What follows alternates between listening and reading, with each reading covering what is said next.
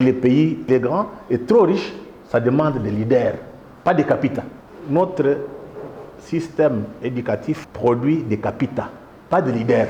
Des gens qui se contentent d'avoir une maison, une voiture, parce que la vie est faite. Or, notre pays, notre peuple a besoin des hommes qui laissent un nom dans l'histoire. Comment voulez-vous avoir une démocratie quand les gens trichent, vous vous taisez? Prenez le courage de dénoncer, de réclamer vos droits.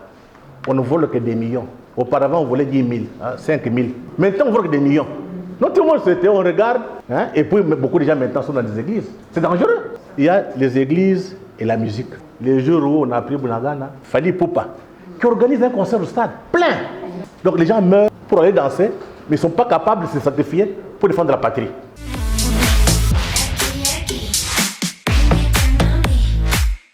Ok, merci beaucoup, M. Théo. D'abord, je tiens à vous remercier tous parce que ce sont des occasions rares de voir que les Congolais peuvent parler de bonnes choses en dehors de discussions inutiles. Je suis très content de voir qu'il y a quand même des femmes qui s'intéressent à la connaissance. Parce qu'on a toujours tendance à oublier que sans femmes, il n'y a pas de société. Et quand la femme est bien formée, bien éduquée, vous avez des hommes solides. Si vous avez des gens qui sont corrompus, sans personnalité, c'est parce qu'ils n'ont pas une éducation de bas âge, une éducation forte. Quand une femme est forte, vous avez des hommes forts. Donc quand les femmes sont faibles, vous avez des hommes faibles comme chez nous aujourd'hui. Donc je suis très content que la Fondation fasse ce travail. J'espère aussi que les partis politiques congolais vont le faire prochainement. Moi, je vais vous parler de l'État congolais. Je suis politologue de formation. J'étais l'ancien DG de la RTNC, l'ancien DG du groupe de presse potentiel. Je suis écrivain. J'ai écrit un petit livre contre les intellectuels, leurs responsabilités. Je me suis posé une question. Comment on peut avoir un pays trop riche comme le nôtre, une population pauvre? Comment on peut avoir un pays avec beaucoup de diplômés universitaires, rien ne tourne? Et je suis arrivé à une conclusion. Les intellectuels sont les responsables de la crise en RDC. Parce qu'ils n'ont pas fait leur travail. C'est d'éclairer l'opinion, être la conscience de la société. Or, aujourd'hui, on a des gens qui se disent docteurs et professeurs. Pour la plupart, ils ont acheté des diplômes. Et vous voyez dernièrement, tous les politiciens veulent devenir des professeurs d'université. On ne sait pas pourquoi. Ils profitent de leur statut de politicien ou bien d'homme politique. Ils partent à l'université, ils font payer. Ils donnent l'argent, ils sont des professeurs. Et demain matin, on aura quelle élite? Et ce qui est dramatique, c'est de voir que nous sommes tous complaisants. Personne ne conteste, personne ne dénonce. Voilà notre responsabilité. Il faut, quand quelque chose ne marche pas, il faut que les élites intellectuelles parlent, dénoncent. Et curieusement, à Kinshasa et au Congo, personne ne dénonce. Tout le monde mange. Nous mangeons tous. Il y a une bouche qui mange, ne parle pas, et surtout quand elle est pleine. Donc, nous sommes dans cette situation-là. Revenons à notre sujet, l'État congolais. Je vais aller avec une petite analyse comparative qui est beaucoup plus liée à l'histoire de notre État. Je pense que Mme Marja a parlé de la démocratie, je ne vais pas y revenir, mais je me pose au moins deux questions. La première, 64 ans après, est-ce que l'État congolais existe encore?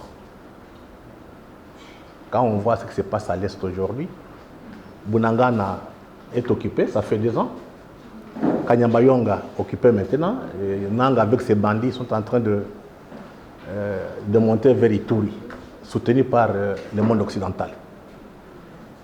Donc je me suis posé cette question. Et l'autre question, deuxième question, ça fait 34 ans qu'on a démocratisé le régime de Mobutu, donc depuis 1990. Est-ce qu'il y a une démocratie au Congo? Donc c'est autour de ces deux éléments, deux questions que je vais tourner avec mon intervention. Je vais seulement me baser sur l'État. Madame a déjà parlé de la démocratie, je ne vais pas beaucoup y revenir. Selon la théorie politique classique, le terme État évoque l'idée de la territorialité, donc les territoires. Deuxième idée, la souveraineté. Troisième idée, l'autorité. Quatrième idée, nationalité. Cinquième idée, la loi. Ça, c'est la théorie classique, la théorie politique classique. C'est comme ça qu'on définit l'État. Mais il y a d'autres définitions, ça dépend des courants philosophiques. Mais il y a à peu près 3 éléments qui conditionnent l'existence d'un État, donc l'existence juridique d'un État. Vous avez un territoire, une population et un gouvernement. Ce sont les 3 éléments les plus importants. Donc, vous avez élément géographique, qui est le territoire, élément démographique, qui est la population, et élément politique, qui est le gouvernement. Face à cette définition, par rapport à nous, une lecture de l'histoire politique de notre pays s'impose. Et cette lecture est centrée sur l'existence ou bien la construction de l'État au Congo. Parce que avant que les Blancs viennent nous coloniser, il y avait des États qu'on appelait empires, ou bien royaumes. Vous avez Royaume Congo, Empire Lunda, Empire Luba, vous avez Kuba, vous avez aussi Kété. Donc il y a plusieurs États, empires ou bien plusieurs États, royaumes qui existaient avant que les Blancs viennent. Quand les Blancs sont venus, ils nous ont colonisés. Ils ont cassé tous les empires et tous les royaumes. Ils ont créé de nouveaux États. Donc l'État actuel, la frontière actuelle, c'est une création du monde occidental. Ce n'est pas une création du Congo ou bien des Congolais. Et c'est Léopold II, le roi des Belges, qui est le premier à créer l'État indépendant du Congo. En 1885, il a signé le décret le 1er juillet. Et il a fait connaître son État à travers le monde. Donc nous sommes un cas spécial dans l'histoire des États, qu'un individu, qu'une personne crée un État. Mais il ne l'a pas fait seul.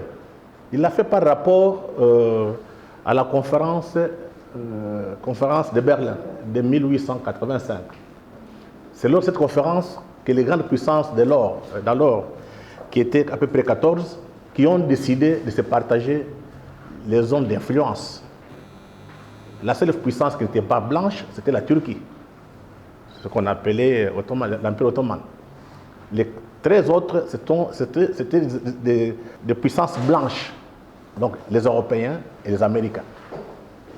Donc notre État est créé dans cet environnement-là, beaucoup plus marqué par le capitalisme ou bien par la liberté des commerces. Donc dès le départ, le Congo était indépendant, mais ce n'était pas un véritable État. C'était une entreprise, une multinationale.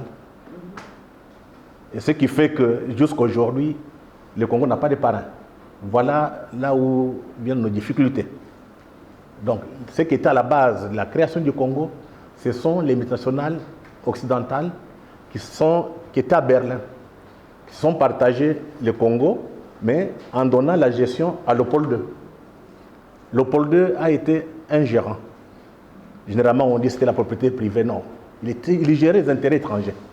Mais là, comme une bêtise, en exploitant le Congolais à cause du caoutchouc, on a coupé les mains, on a tué à peu près 10 millions de morts. C'est ainsi que les capitalistes occidentaux ont décidé de récupérer l'État indépendant du Congo et de les confier maintenant, de l'annexer à la Belgique.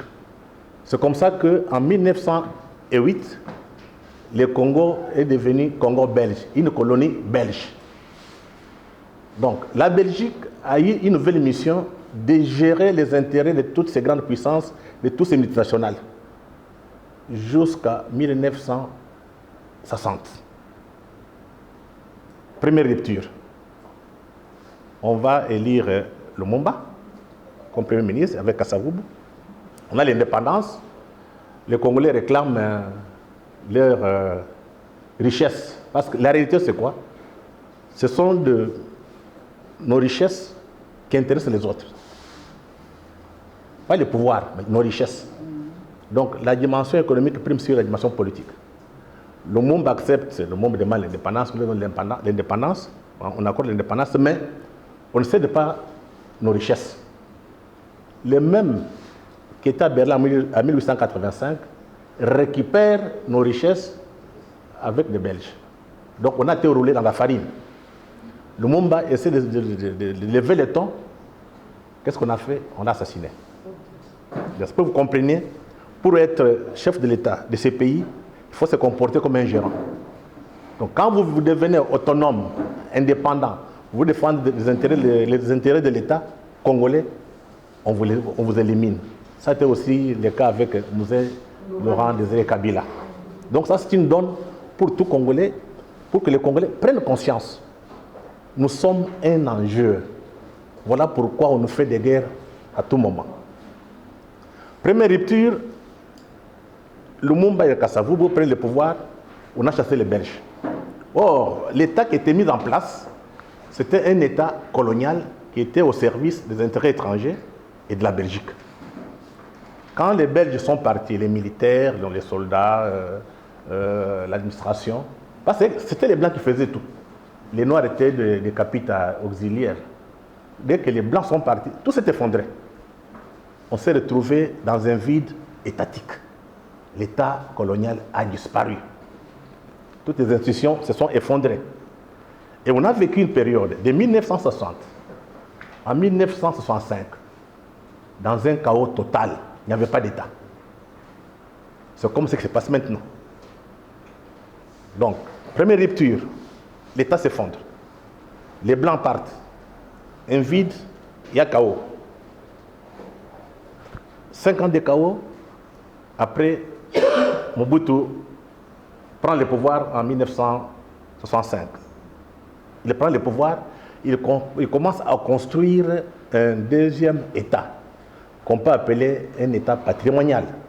Donc auparavant, il y avait l'État colonial, c'était seulement un État pour les intérêts de la colonisation, pour l'Occident et pour les entreprises. Mobutu va construire un État pour lui et ses clients politiques, mais aussi pour servir le monde occidental. Donc il y a une certaine continuité. Mobutu n'était pas là pour les intérêts congolais. Mobutu était là pour les intérêts des autres. Mais vers la fin de son règne, l'État était tellement endetté, corrompu, les militaires impayés, c'était aussi la descente aux enfers. L'État zaïrois ou bien l'État indépendant, l'État patrimonial que Mobutu avait construit vole en éclat. Et comment ça s'est passé? Les mêmes occidentaux qui avaient soutenu Mobutu pendant plus de 32 ans se rendent compte que si Mobutu partait aujourd'hui, ils n'auront pas de clients Kinshasa, donc à la tête du Congo. Que faire? On va chercher Kagame et Museveni, on leur donne des armes, on leur dit allez attaquer, chasser Mobutu du pouvoir. Kagame et Museveni, le Rwanda et l'Ouganda, chassent Mobutu du pouvoir, et c'était la fin de l'État patrimonial. Donc actuellement, on est en train de nous battre pour créer un nouvel État. Il y a eu des procédures. On a passé d'abord par la conférence nationale souveraine. Pour la toute première fois, en 1992, plus de 3000, 5000 Congolais de toutes les couches étaient à Kinshasa pour discuter sur les modèles de l'État et sur la démocratisation de notre société. Mais ça a échappé au monde occidental. Les Congolais sont entendus, tout le monde était d'accord. On a dit à Mobutu, ce qu'on appelle transition démocratique, toi tu restes au pouvoir, mais tu n'as pas tous les pouvoirs maintenant. Mobutu a accepté. Il y a eu des manœuvres, on est parti aux élections, on a élu Étienne Tshisekedi comme Premier ministre. Ils sont entendus, au moins les Congolais eux-mêmes sont entendus pour que ça puisse marcher. À un moment donné, l'Occident se sent écarté. Comment il peut gérer, comment il peut sauvegarder ses intérêts? Parce que dans l'imaginaire de nos amis occidentaux, les richesses du Congo leur appartiennent. Parce que c'est eux qui sont à la base de la création de l'État indépendant du Congo. Donc, élection, à la conférence souveraine, le papa Tshisekedi, donc Étienne, Premier ministre. L'Occident sent que l'État congolais échappe. Qu'est-ce qu'on a fait? La guerre de la FDL. On est parti prendre Museveni et Kagame, aller attaquer. Mais qu'est-ce qu'ils ont attaqué? Parce que vous allez voir que cette guerre vient de l'Est. Et beaucoup de gens ne savent pas pourquoi. C'est là où l'histoire de ces pays est très importante à prendre. En 1900, quand l'État indépendant du Congo a été créé en 1885, Léopold II a signé des accords, ou bien des conventions, des concessions avec les multinationales anglo-saxonnes, des grandes entreprises, des trusts, pour 99 ans. Pour 99 ans. Donc, un siècle. Donc en 1900, Léopold II a signé des accords de concession avec les multinationales anglo-saxonnes occidentales pour 99 ans. Donc on peut dire 100 ans. Et ces accords sont arrivés à terme entre 1990 et 1990 et 2011 à peu près. Maintenant, ceux qui avaient signé les accords réclament qu'on puisse proroger leur convention. Voilà la guerre à l'Est. Parce que ces matières premières leur appartiennent. Donc Mobutu a résisté pendant un temps. Il n'avait pas d'autre choix, affaibli, sans État. Tout le monde corrompu, des élites médiocres. L'Occident, les Américains en particulier, c'est Bill Clinton avec des anciens, des hommes d'affaires d'Arkansas qui vont monter le coup. On va ramasser Kagame et Museveni, on a nos armes, jusqu'à Kinshasa. Voilà notre malheur. Mais il ne faut pas désespérer. Nous sommes en train de nous battre pour avoir le troisième État. Cette fois-ci, ça c'est peut-être ce que moi je vois, ce n'est pas copier le modèle occidental. Parce qu'on a vu, l'État indépendant du Congo, c'était le modèle occidental. L'État patrimonial de Mobutu, c'était presque le modèle colonial. Donc il faut réinventer un autre modèle. Quand on dit réinventer, ce n'est pas jeter tout ce que les autres ont fait. Donc on doit toutefois relire l'histoire et tirer des leçons. Ça signifie que nous pouvons prendre ce qui avait marché pendant la colonisation, pendant le temps de Mobutu, et moderniser pour que cette fois-ci, l'État qu'on va mettre en place soit au service de notre peuple. Donc c'est le travail maintenant qu'il faut faire. Ce n'est pas un travail des politiciens, c'est un travail des intellectuels. Donc il faut faire appel aux politologues, faire appel aux journalistes, faire appel aux historiens, géographes, tout le monde. Mais aussi associer ceux qui sont dans la pratique. Les petits peuples, c'est ce qu'on a fait à la conférence souveraine. Tout le monde était présent. On a fait un très bon débat. Les rapports sont là, malheureusement. C'est l'Occident qui est venu brûler les cartes. Donc cette fois-ci, connaissant que l'Occident est à la base, quand on dit Occident, les multinationales, qui sont à la base de nos problèmes, il faut qu'on ait à Kinshasa, parmi vous qui êtes leaders, des gens qui sont bien informés, bien formés, avec une forte personnalité, avec une volonté de puissance.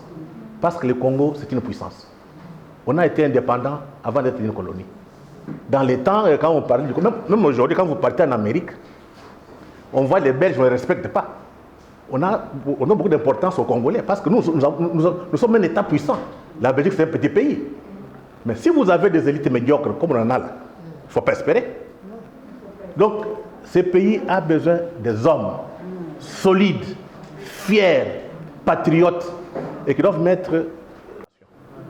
Quand on aurait été les élites, je pense qu'il y a possibilité de négocier avec tous ces bandits capitalistes. Ils n'ont pas d'autre choix. Quand ils verront qu'ils sont en face des hommes qui savent négocier, des hommes qui savent se battre, faire la guerre, ils vont négocier avec nous. C'est ce qu'on appelle les rapports de force qu'il faut construire. Ça, c'est au niveau des élites. Mais ici, il faut dire aussi que la plus grande difficulté que nous avons, c'est l'interne. Je pense que madame a parlé un peu de l'éducation. Notre système éducatif produit des capitaux, pas de leaders. Des gens qui se contentent d'avoir une maison, une voiture, parce que la vie est faite. Or, notre pays, notre peuple a besoin des hommes qui laissent un nom dans l'histoire. Le monde est décédé. Il a laissé quoi? Mouzé Kabila, Etienne Tshisekedi, qu'est-ce qu'il a laissé? Pourquoi de telles personnes peuvent se sacrifier pour la population? C'est comme ça qu'on est des leaders. Mais les codes ne forment pas ces gens. Ce sont des cas spéciaux. De voir Tshisekedi qui apparaît comme ça, arrêté, mis en prison, il vous parle de la démocratie. Et je me rappelle, à la fin de l'état de Mobutu, 3 jours, il y avait à Brazzaville les militaires belges, américains et français. Pour eux, il fallait intervenir à Kinshasa pour éviter que l'AFDEL arrive. Entre-temps, ils sont partis voir Tshisekedi, père. Tshisekedi, père, leur a dit non, moi c'est la démocratie. Je ne peux pas prendre le pouvoir par la force. Donc, ce qui m'a donné l'information, c'est Nkem Malilo, qui était le conseiller spécial de Mobutu. Donc, vous avez de telles personnes qui ont sacrifié leur vie. Ils ne l'ont pas fait pour l'argent. Ils l'ont fait pour laisser un nom dans l'histoire. Donc, notre pays mérite des femmes et des hommes qui ont de grandes ambitions. Hein? On peut ne pas être d'accord avec Mobutu. Quand un Zaïrois passait, on respectait. Il dit non, ça c'était un Zaïrois. Anabakos, très fier. Mais aujourd'hui, on a tout perdu. On a peur des Rwandais, peur des Burundais, des Ougandais. Alors que tous ces gens ont été formés chez nous. Ça signifie que le temps est arrivé, vous qui êtes leader, de reconstruire votre imaginaire. Que vous ayez un imaginaire de combat, de fierté et de puissance. Donc quand vous sortez quelque part, même dans des réunions, vous dites non, je suis une Congolaise. Je suis une femme puissante. Et pour cela, pour mériter ça, il faut beaucoup apprendre. Apprendre l'histoire de ce pays. Apprendre aussi, connaître. Il faut beaucoup lire. Les drames chez nous, on ne lit pas. Or, quand vous sortez en tant que politique, vous affrontez d'autres personnes, ce sont des gens qui ont un background important. J'ai fait beaucoup de voyages au Cameroun. J'ai des amis professeurs camerounais, tout comme des journalistes. Honnêtement, je peux vous dire la vérité. Le niveau des Camerounais est plus élevé que les Congolais. Ici, on est tous complaisants. On aime la corruption. On aime des magouilles. On peut le faire ailleurs, mais pas à l'université. Aujourd'hui, l'université camerounaise tient encore parce que la corruption n'est pas encore entrée à l'université. Mais chez nous, allez à l'université, d'abord, il n'y a pas de bibliothèque, pas de laboratoire. Tout le monde veut corrompre. Pourquoi vous voulez corrompre? La science, on ne peut pas l'acheter, il faut l'acquérir. Donc, quand on vous parle ici, vous êtes de maman, je pense que vous parlerez à vos enfants entre 0 et 10 ans pour inculquer cette volonté de puissance, de grandes ambitions. Parce qu'on a une vocation d'une puissance. Donc, l'État qu'on va construire demain sera un État qui va, le 3e État congolais, qui sera au service de notre peuple, à condition que nous-mêmes comprenions conscience. On n'est pas conscient. Regardez à Goma, là, les gens. Je ne sais pas si vous êtes parti à Rutshuru. Allez à Rutshuru. Vous avez des tentes. On parle d'à peu près de 7 millions de déplacés. Vous êtes à Kinshasa en train de boire et de manger. Tous ces gens, ils sont dans des bars ici, chaque soir en train de s'enivrer avec la champagne. C'est que l'élite. L'élite doit accepter les sans-sacrifices pour le peuple. Si vous êtes leader, il faut accepter les sacrifices. Vous ne faites pas de sacrifices, vous ne serez pas des leaders. Et le pays tel qu'il est grand et trop riche, ça demande des leaders, pas des capitaux. Voilà, comme on a construit beaucoup, on a formé des capitaux, tout le monde est corrompu. Même les Indiens qui venaient ici, qui venaient travailler pour nous, sont des patrons. Tu vois tous les politiciens derrière ces gens, ça fait la honte. Et nous qui voyageons beaucoup, on me pose la question, mais j'étais au Cameroun dernièrement, ça fait 2 ou 3 mois. Je suis parti faire une conférence sur la situation à l'est du pays et présenter le livre de Charles Onana. On me pose la question. Vous voulez que nous... Non, les Camerounais me disent, vous voulez que nous parlions, mais vous, Congolais, vous ne faites rien. C'est pas normal. Comment on peut vous dire qu'il y a 10 millions de morts, 500 femmes violées? À Kinshasa, les gens sont comme ça. Hein?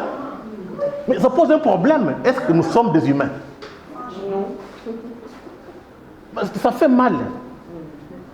Les Américains, tous les amis européens se plaignent de nous. Et beaucoup pensent que l'État congolais est plus grand et ceux qui dirigent ne le méritent pas. Qu'est-ce qu'il faut faire? Il faut les balkaniser. Donc si nous on ne s'organise pas, oui. Mais si on ne parvient pas à balkaniser, vous risquez d'avoir des étrangers à la tête du pays.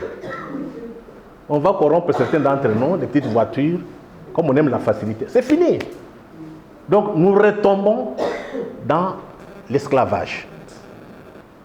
Donc il faudrait, vous qui êtes les leaders, de prendre conscience, de vous organiser. Notre faiblesse, on vient des ordres. Je suis arrivé ici à 9h15. J'ai regardé, j'ai posé la question à notre ami. Si c'est l'Allemagne, hein, il y a, en Allemagne, dès qu'il est l'heure, quand on dit c'est 30, c'est 30. Hein. Un peuple très rigoureux. En 2019, nous sommes partis là-bas, moi avec Kibambi Chintois, les journalistes. On a vu comment le peuple allemand est très rigoureux, travailleur. Il ne parle pas beaucoup comme nous. Nous passons tout le temps à discuter sur le football et sur la musique. Non, un peuple rigoureux. Mais il faut dire que c'est un peuple qui a une culture, une grande culture. Parce que la plupart des philosophes occidentaux, européens, sont allemands. Et surtout juifs. Donc, nous devons aussi apprendre des autres, copier ce qui est bon, et non pas copier ce qui est mauvais, voler pour justifier. Je ne sais pas, j'étais candidat aux élections législatives ici à Kinshasa, à Lukunga. C'était la première fois que je suis entré en politique pour voir comment ça fonctionne. Moi, je suis politologue. Donc, j'avais un regard d'un politologue. Mais on n'a pas de société. Les gens viennent se vendre avec, non, donnez-moi 1000 francs, je te donne ma voix. Ils ne comprennent pas l'essence des élections. Et la plupart des députés que vous avez au Parlement, il n'y a que des tricheurs. Il y a un problème. Pourquoi vous taisez? Comment voulez-vous avoir une démocratie quand les gens trichent, vous vous taisez? Prenez le courage de dénoncer, de réclamer vos droits. On ne vole que des millions. Auparavant, on volait 10 000, 5 000. Maintenant, on vole que des millions. Non, tout le monde c'était, on regarde, on est en train de dire, ah non, il faut que le président fasse. Il va faire quoi? Hein? Et puis, beaucoup de gens maintenant sont dans des églises. C'est dangereux. Il y a les églises et la musique. Les jours où on a pris Bounagana, c'est Papi Fali Poupa qui organise un concert au stade plein. Et il y a eu à peu près 8 morts. Donc les gens meurent pour aller danser, mais ils ne sont pas capables de se sacrifier pour défendre la patrie. Donc il y a un travail à faire. Je pense qu'on n'a pas d'autre choix. C'est vaincre ou mourir. Ou bien nous nous battons, on est indépendant, ou bien on croise les bras, on devient esclave des autres. Et puis on va se contenter de sa propre famille, de son village, comme ça se passe maintenant. Tous les villageois sont au Parlement, ils vont créer leur propre village, ils volent, ils vont donner au village. Ça ne marche pas comme ça. Donc dans une démocratie, vous devez apprendre à demander des comptes aux hommes politiques. Et vous devez aussi apprendre à faire des sacrifices. On peut vous arrêter, comme vous arrête parce que vous avez dit la vérité. Hein? Mais vous restez là-bas en train de pleurer, alors que les voleurs roulent le carrosse, ceux qui tuent les Congolais sont en ville ici, en train de manger et de boire. Donc, on va vous dire, chaque peuple a des dirigeants qu'il mérite. C'est le discours maintenant qui est sur le plan international. On vous dit, mais ces Congolais-là, on ne comprend pas. Les Américains viennent la nuit ici. Ils racontent des faux Congolais, des Rwandais. Vous savez, ça fait très mal quand on est intellectuel. La plupart, la classe politique congolaise, 80%, sont des gens qui ne travaillent pas pour ce pays. Et la plupart de ces gens, c'est grâce à Kagame, aujourd'hui, qui sont au pouvoir. Ils sont restés liés à Kagame. Et Kagame a des éléments de chantage. Voilà pourquoi personne n'a le courage de l'attaquer. Kagame venait assister les patrons. Tout le monde tremblait. Donc, vous devez savoir vous assumer, prendre les risques. Si on ne prend pas les risques, je vous assure, tout est mis en marche pour nous recoloniser. On va casser 4 États.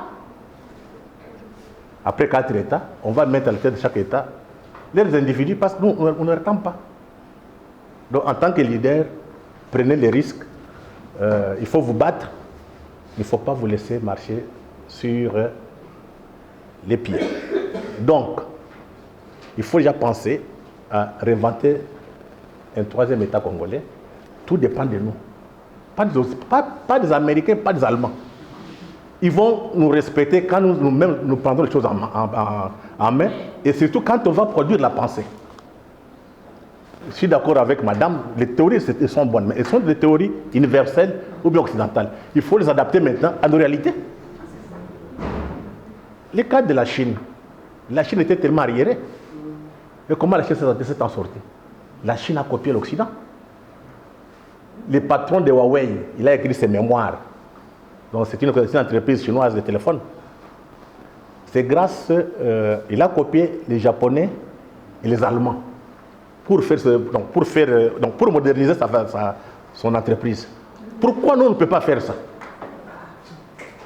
Même les simples histoires, on est incapable. L'organisation là, nous sommes incapables. Donc est-ce que Dieu nous a créés pour être dominés?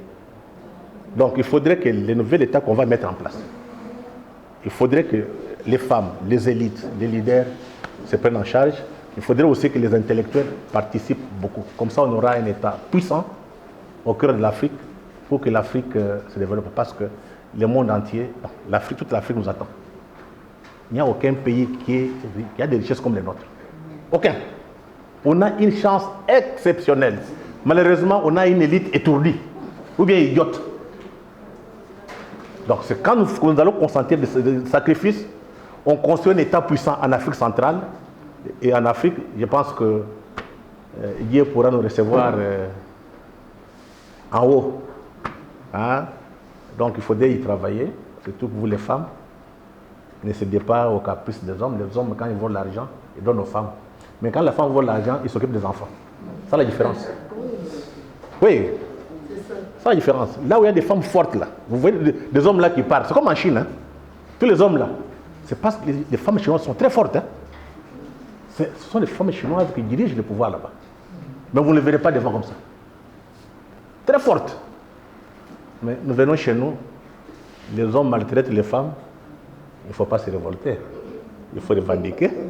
C'est un problème culturel, nous avons grandi comme ça. On dit que la femme, elle est toujours inférieure, il faut la dominer. Non, il faudrait changer. Quand on a une bonne femme, une femme intelligente, courageuse, compétente, on a une bonne société. Voilà un peu ma petite contribution au débat. Je vous remercie.